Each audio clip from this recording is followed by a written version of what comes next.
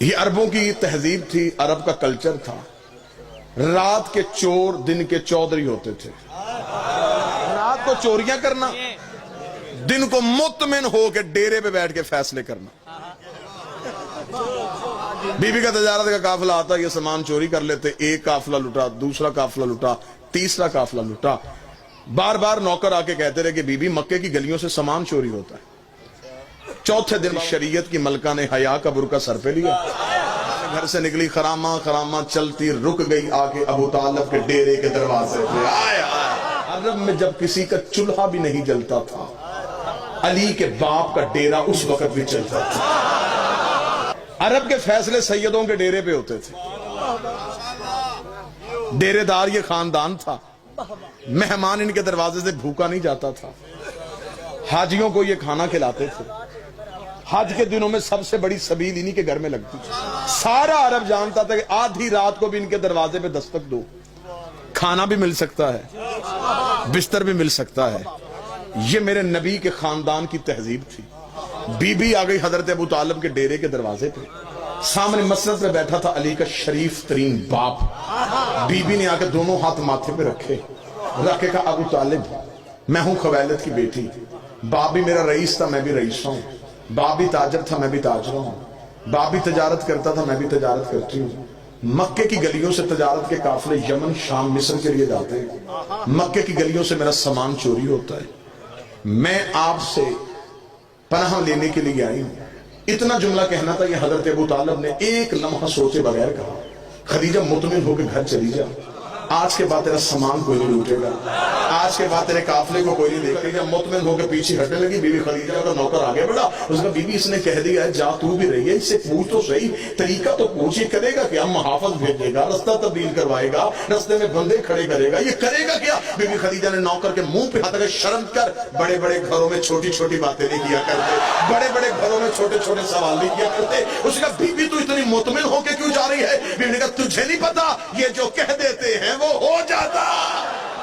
Be be Khadija مطمئن ہو کے گھر چلی گئی۔ حضرت ابو طالب نے اپنے نوکروں کو کہا ان سارے چودھریوں کو آج شام میرے ڈیرے پہ بلا۔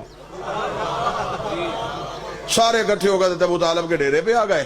سردار عرب، رئیس مکہ، علی اور محمد کے مشترکہ باپ اٹھ کے کھڑے ہوئے، ایک خطبہ دیا جسے خطبۃ القریش کہا جاتا ہے، قریش والوں کو دیا ہوا خطبہ۔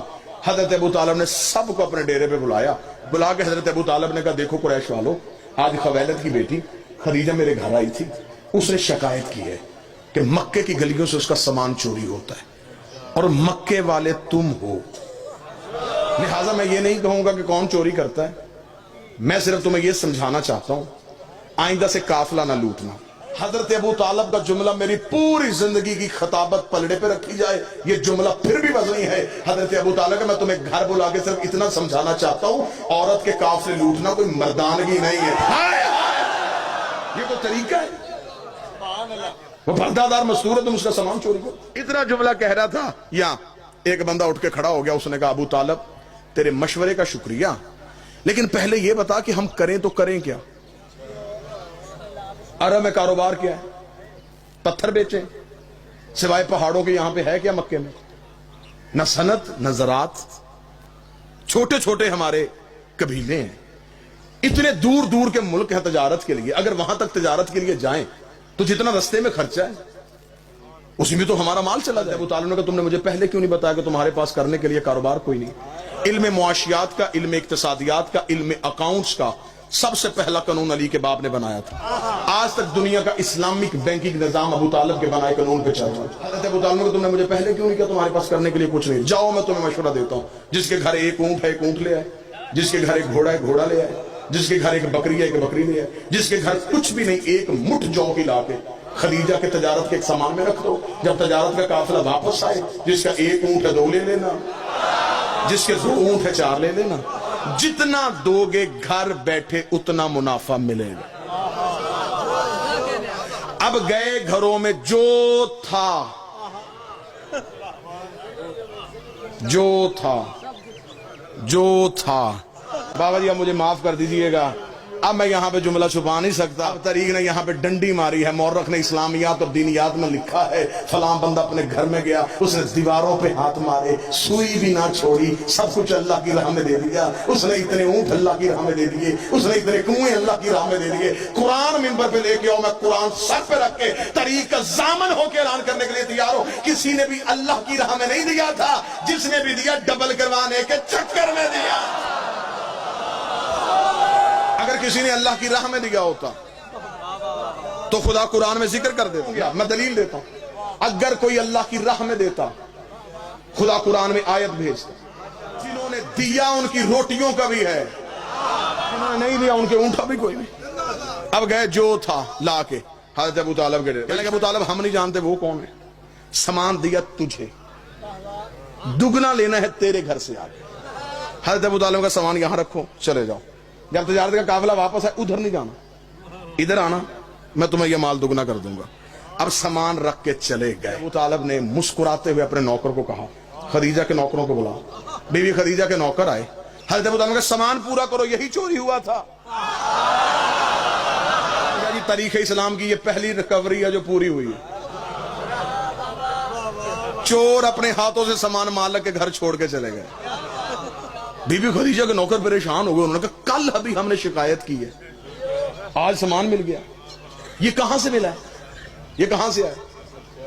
ابو طالب یہ کہاں چھوڑو, کہاں سے ملا, مال اٹھاؤ خدیجہ کو جا کے دو, اور اس سے کہنا کہ ابو طالب کہتا ہے جب تجارت کا قافلہ واپس آئے نا, اس مال کا کوئی صدقہ انہیں دے دیں. ابھی اسلام نہیں آیا. چلے گئے.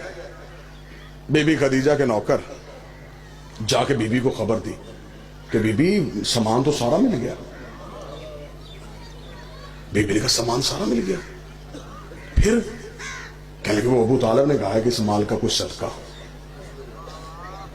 طریق کہتی ہے کہ جب تجارت کا قافلہ واپس آئے 80,000 طلائی سونے کے دینار, بی بی خدیجہ کو پہلے سے زیادہ منافع ہوا, کیونکہ اگلی رات جب تجارت کا قافلہ گھر سے نکلا چور محافظ بن گئے تھے. 80,000 طلائی دینار کو یوں اپنی چادر میں لے کے, کائنات کی پہلی خمس دینے والی عورت سیدوں کے گھر حق دے کے گئی, یوں آ کے مار رکھا. حضرت ابو طالب نے 80,000 طلائی دینار دیکھے. دور کون تھا جب لوگ ایک وقت کی روٹی کو ترستے تھے. حضرت ابو طالب نے کہا خدیجہ یہ کیا؟ فرمایا یہ سب کچھ آپ کی ذہانت کی وجہ سے ہوا ہے, یہ آپ کا حصہ ہے, میں آپ کو دینے آئی. حضرت ابو طالب مسکرا کے کہا خدیجہ تجھے نہیں کسی نے بتایا کہ ہم اجرت لے کے احسان نہیں کرتے؟ اسے کہا اگر آپ اجرت لے کے احسان نہیں کرتے پھر ہم بھی شرمندگی کی زندگی نہیں جیتے. احسان کیا ہے کچھ رکھیں. ابو طالب رکھتے نہیں تھے, خدیجہ اٹھاتی نہیں تھی, درمیان میں توحید اتر آئی. حضرت ابو طالب نے کہا احسان کرنا چاہتی ہے پر ایک احسان کر, بھتیجا میرا جوان ہے, میرے بڑے بھائی عبداللہ کا بیٹا ہے, نام اس کا محمد ہے, اگلا جو تیرا تجارت کا قافلہ جائے اس میں میرا محمد ساتھ لے کے جانا, ہم تمہیں بتائیں کہ ہم کون ہوتے ہیں.